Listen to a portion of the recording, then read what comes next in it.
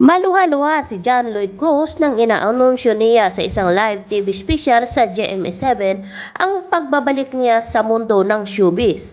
Sa kauna-unahang pagkakataon makalipas ang 4 na taong pamamahinga sa pag-arte at paglabas sa telebisyon at pelikula ay muling napanood si Lloydie ng publiko.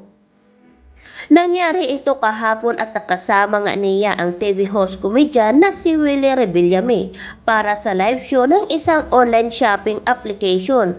Kumanta muna si John Lloyd ng yakap bago sila nagtsikahan ng wawawing host.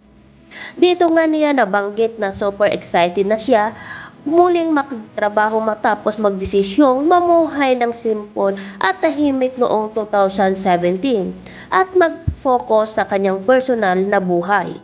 Ayon naman kay Willie, posibleng magsama sila ng aktor sa isang primetime show sa GMA. Hindi naman niya sinabi kung ito yung napabalitang sitcom daw nila kung saan makakasama rin si Andrea Torres.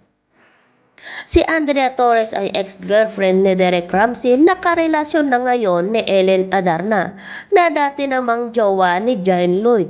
Kaya naman kung totoong magkakasama sina Andrea at Lloyd sa isang proyekto, siguradong pag-uusapan talaga ito ng bonggang-bongga.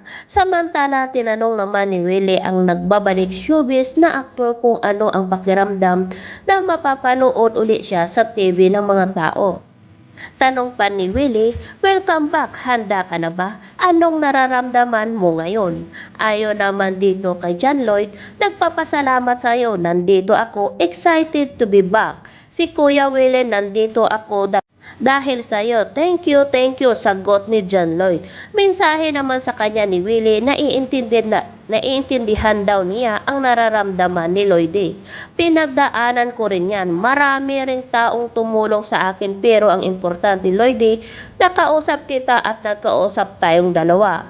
Napakaganda ng puso mo, napakaganda ng pagkatao mo. Mahal na mahal mo si Elias, anak ni na John Lloyd at Ellen. Mahal na mahal mo yung anak mo. Namimiss ka namin lahat.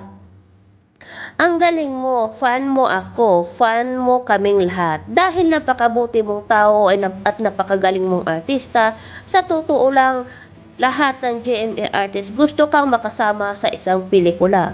Lloyd, yung sumuporta sa iyo na sambayan ng Pilipino, I think sila ang dapat mong pasalamatan kaya ka nandito. Nadidinig ko, nararamdaman ko ang pagmamahal sa iyo ng tao.